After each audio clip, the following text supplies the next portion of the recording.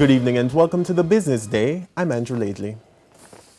Finance Minister Dr. Nigel Clarke is criticizing the Jamaica Stock Exchange for not having stricter rules on how public offerings should be advertised. Dr. Clarke says the current system is unacceptable.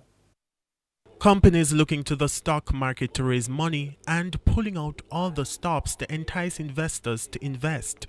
But Finance Minister Dr. Nigel Clarke has taken issue with how the public offerings are promoted. I've seen a trend where we have seen listings of primary and secondary offerings, you call them APOs, where they're marketed as if it's a lollipop in a candy store.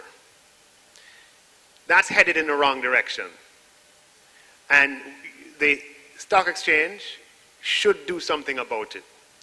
In developed markets, you cannot market a prospectus in the way that prospectuses are being marketed here in Jamaica. Dr. Clarke is urging the JSE to implement new rules to guide the process. He's also encouraging the regulator to mirror international best practices. That is an area of weakness that needs to be addressed. And don't wait for the government to pass regulations in Parliament. Show the foresight and the wisdom and the vision and look at what happens in other markets. Look at what happens in Canada or the UK and follow suit. He says there isn't enough information about some of the offerings, which he notes is a disadvantage for investors. Markets function with information.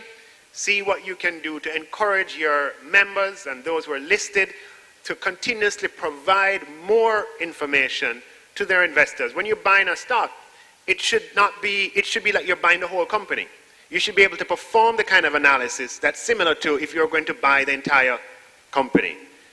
Some of the listed entities provide that kind of information, but not all. And I think the stock exchange should get ahead of the regulations. Don't wait for the government to come in and impose that this is what must happen. To currency trading now, it ended today with the US dollar selling for $149.21. The Canadian dollar is selling for $116.40. The pound sterling sells for $204.01, while the euro is going for $182.79. The JSE index lost 1,717 points today, and the junior market index is down 12 points.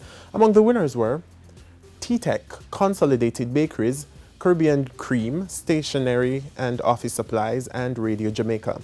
On the losing side were Cargo Handlers, Paramount Trading, Maybury Jamaican Equities, Epley 8.25%, and Indus Pharma.